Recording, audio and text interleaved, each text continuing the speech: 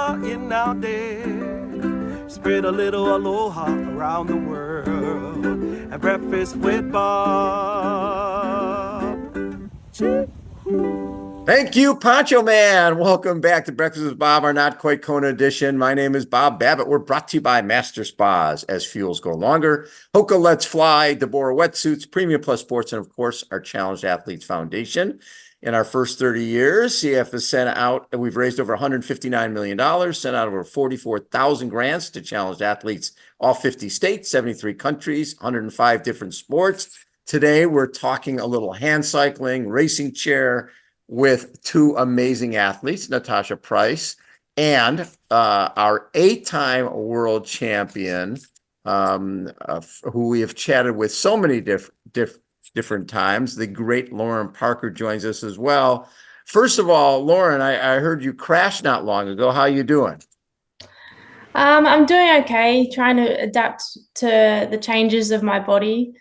Basically, the foot pod that holds my foot like out on the bike as I'm riding the hand cycle, 4 bolts failed and they came loose mid-ride.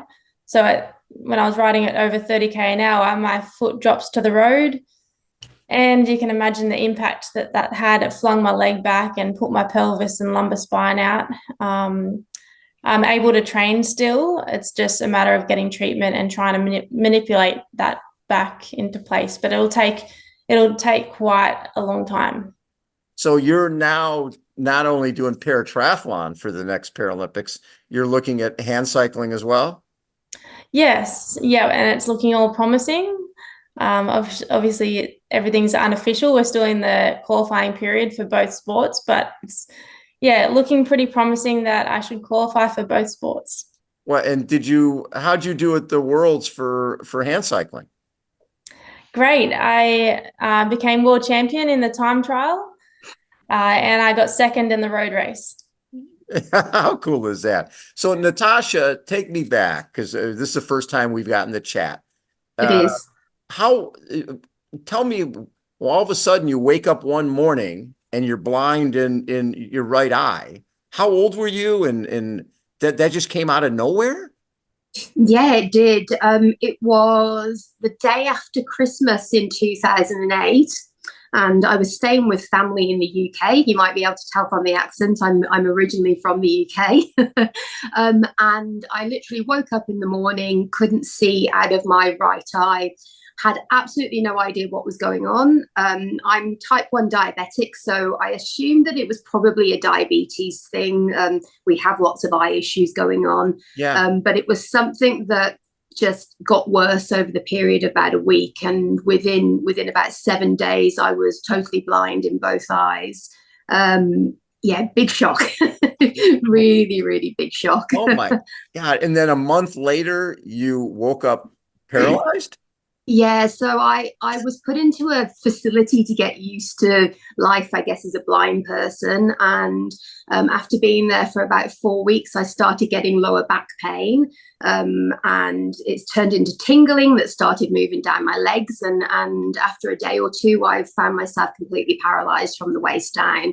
And it turned out that I have very, very rare disease that affects both my spinal cord and optic nerve. And it's been a bit of a roller coaster ride since then, that's for sure. But, I wouldn't change a thing about this journey. Really? So you look back on it and you feel like at the end of the day, this was a positive in your life? Yes, in many ways. I mean, I'm not going to say it hasn't been challenging, and I'm not going to say that life is perfect, because it certainly isn't. Living with a disability and multiple disabilities is tough, but I don't think I'd be doing the things that I'm doing with my life now had I have not been through the experiences I have. So for me, the overall outcome has definitely been positive. When did you find adaptive sport? I found adaptive sport after I'd been, I guess, bedbound for about 9 years. I had this assumption that I really couldn't do anything with my life. I had a really, really bad relapse that left me completely paralyzed from the neck down. And I couldn't get out of bed. I couldn't do anything for myself. I was having to rely on support to do everything for me. And I woke up one day and I was the Gold Coast Marathon, the local marathon, was on television. And I saw the incredible wheelchair racer Kurt Fernley on the TV, and I was like, oh my God, what he is doing is absolutely freaking incredible. I need to be doing this too. And I made a decision on that day that I was going to give marathon a go. Now, at that time, I couldn't even get myself out of bed. So I think everybody thought that I was absolutely crazy, and I probably was. But that whole experience changed my life, flipping my perspective and telling myself that I was going to give this a try. Whether I was successful or not, I was going to give it a red hot go. Certainly changed things for me. And 12 months later, almost to the day, I did my first marathon. And that was, you did your first marathon in 2018. Yes, yeah, that's right. And you'd only been in a racing chair for about 6 weeks?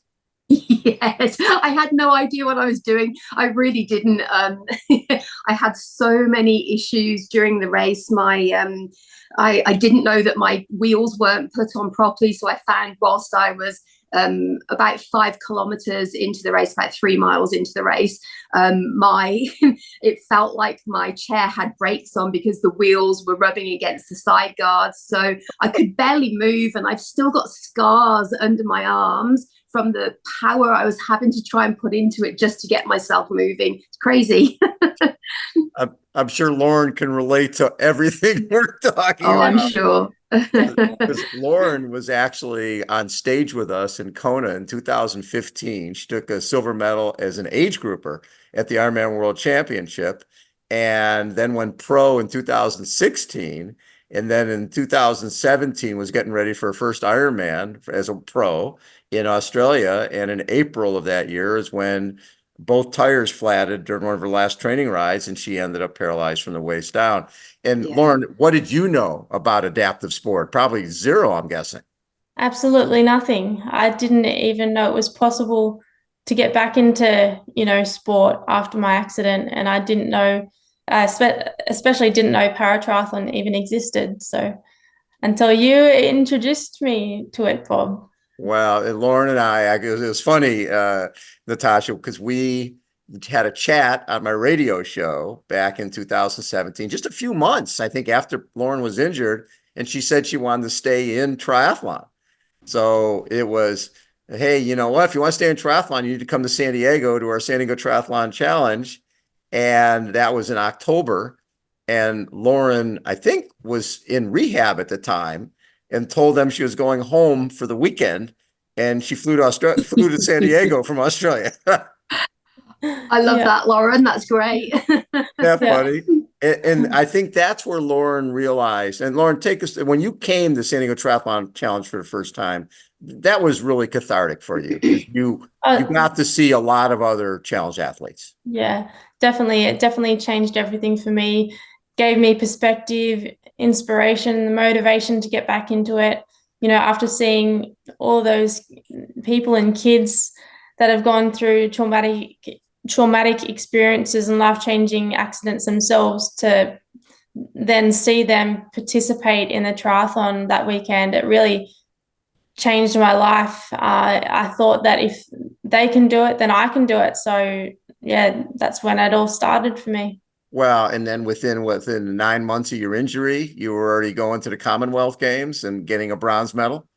Yeah, definitely. I was on the start line at the Commonwealth Games. Yeah, in 11 months after. 11 months.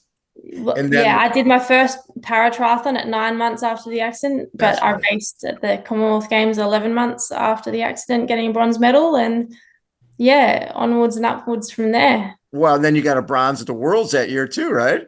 I did, yeah. After another major spinal cord injury 2 weeks before it. Oh my God. And sorry, spinal cord surgery, not injury. Yes. Another spinal cord surgery. Well, and so Natasha, you've since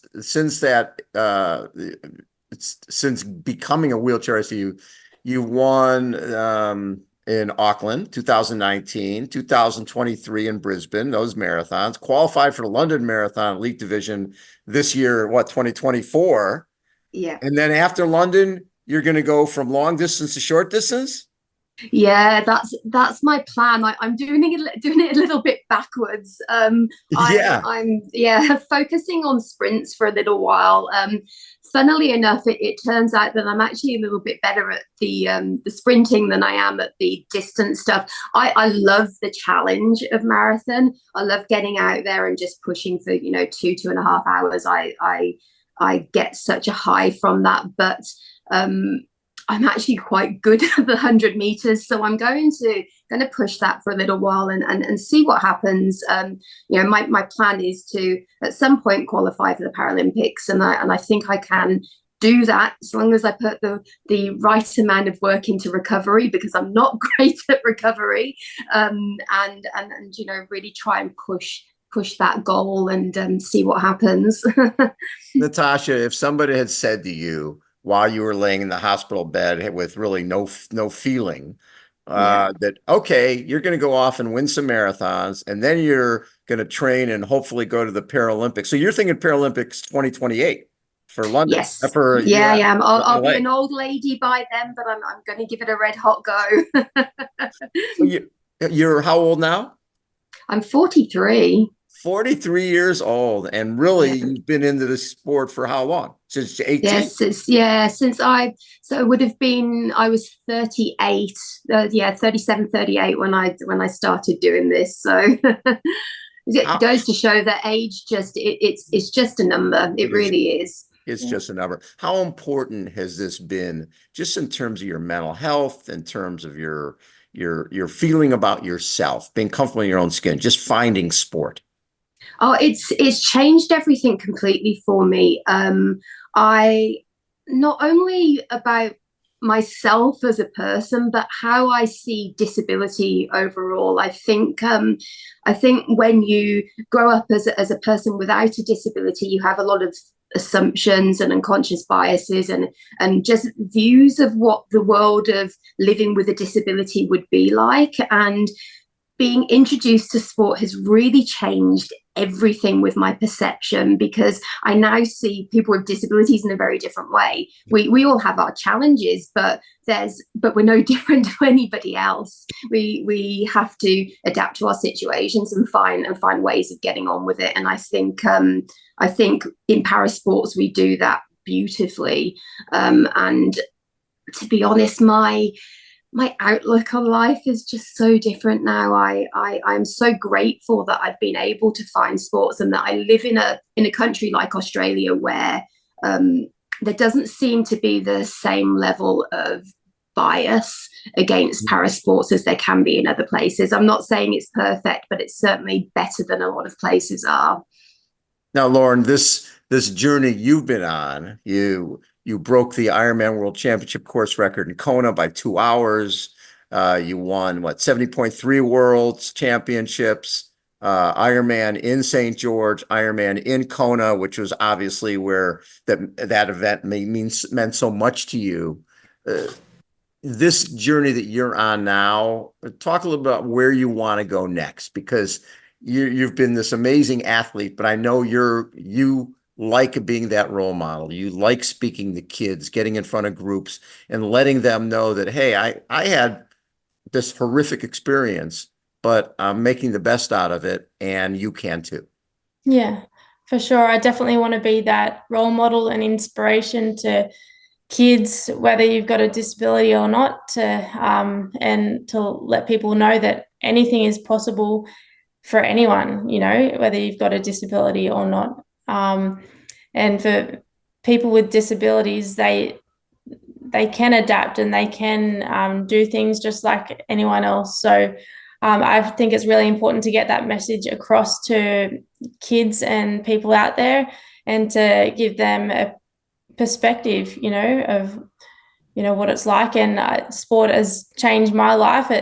It definitely saved my life after my accident, still having sport. And for where I want to go next is really to inspire as many people as possible. I know that at your first Paralympic experience in Tokyo, you get the silver medal by about a quarter of a second. I know that you've got Kendall Gretsch in the crosshairs. You're hopefully going back to Paris to get the gold medal. If you had won the gold medal back in 2020, do you think you'd still be as dedicated as you are now? I'd definitely be as dedicated because, I'd be defending the title. Mm. I definitely have less pressure, I guess. I feel like I've got more pressure now. Yep. In saying that, pressure doesn't affect me. Like, I definitely have more pressure, but it's not, getting in the way of, or going to get in the way of performance. So I'm just going there. I'm staying focused, during my training and my journey to get to Paris. And then when I'm on that start line, it's all just focusing on what I need to do on that day, and that's get the gold medal. So Natasha, what Lauren has accomplished as an athlete is wonderful. But the thing I'm proudest of is the fact that she became the first challenged athlete to become part of the Bahrain Endurance 13 professional triathlon team, and bought her own house. That's the stuff. Sport is wonderful, but it's the other stuff. And Lauren, how important has that been, that you're a professional athlete? You're making a living as a professional athlete, which is what your goal was in triathlon to begin with. Yeah, for sure. And to be recognized as a professional athlete when I'm a para athlete is so awesome. And to be on the Bahrain Victorious 13 team, it's just such an honor to have that support and recognition, just like any other pro athlete out there. Yes. And I'm very grateful for the sponsors and the support I have in my life and on my journey. So what I'm excited about, I saw just the other day, I think it was it the London Marathon? One of the marathons basically said they're doing equal prize money, right? Equal prize money for the runners and for the wheelers. And I think the prize money is like $300K or something like that for the winner. For both of you, because there wasn't anything like this, what you've got now, Lauren, in terms of a sponsorship and being able to buy your own home. That didn't happen for for para triathletes. And for you, Natasha, that wasn't out there before either. So how exciting is it this time, the world that we're in right now, and the fact that people in hand cycles and racing chairs can make a living? I personally think it's absolutely incredible. There's obviously a long way to go. There's only a few events out there that are offering that level of prize money, but things are changing and people have got to take this first step somewhere along the line. And it's really, really fantastic to see that finally para athletes are starting to get the same level of recognition, and there is a growing interest in our sports and what we're doing, and respect for what we're doing, because it's not this whole outlook that you should feel sorry for people, that it's some kind of tokenistic gesture. It's actually proof and demonstration that we're working just as hard as our non-disabled counterparts. So it's really, really fantastic. It would be nice to see more para athletes be able to make it to a professional level, but as Lauren is living proof, that's changing. So it's fantastic. It really is. And so one of the reasons I wanted Lauren to join us today, Natasha, is one, I always love to put great athletes together, especially when they're in the same sport. But also, this is the time of year where we do our CAF grants. And I know you have applied for a CAF grant, and I wanted to have Lauren here to basically let you know that you'll be getting your 2024 grant from CAF. That's great news. Thank you. Congratulations. Thank you. Yeah, on receiving a grant. It's amazing. Yeah, it was one of my favorite things was when Lauren came to San Diego, and was able to meet Carlos Moleda, and I think David Bailey was there, and we had so many.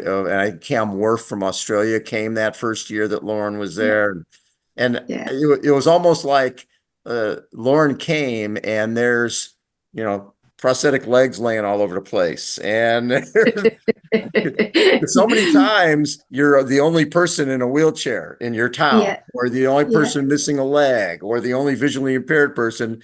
And there's legs laying all over the place. There's 5, 6, 7-year-old kids in wheelchairs with big smiles on their face, playing tag with each other. And you realize that, wait a second, there's a big world out here of people who are very happy, and they're different, and they've got challenges, but there's still life and there's still happiness out there. Was that a pretty major moment for you, Lauren? Oh, definitely. Just seeing everyone, like you said, with smiles in their faces, even though they've got those challenges and disabilities, just everyone was having a great time and enjoying life and everything that it has to offer. So that was definitely a life-changing experience that weekend. Natasha, how did you find CAF?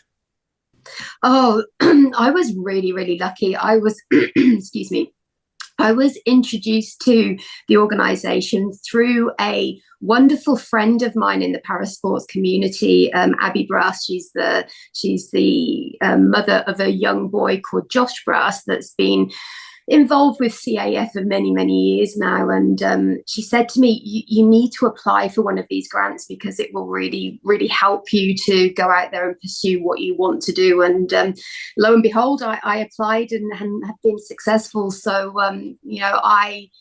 I am so grateful for the help that you guys have given me, because without it, I wouldn't have been able to pursue certainly the interstate and international competition that I've been able to. So, it's been life-changing. I love it.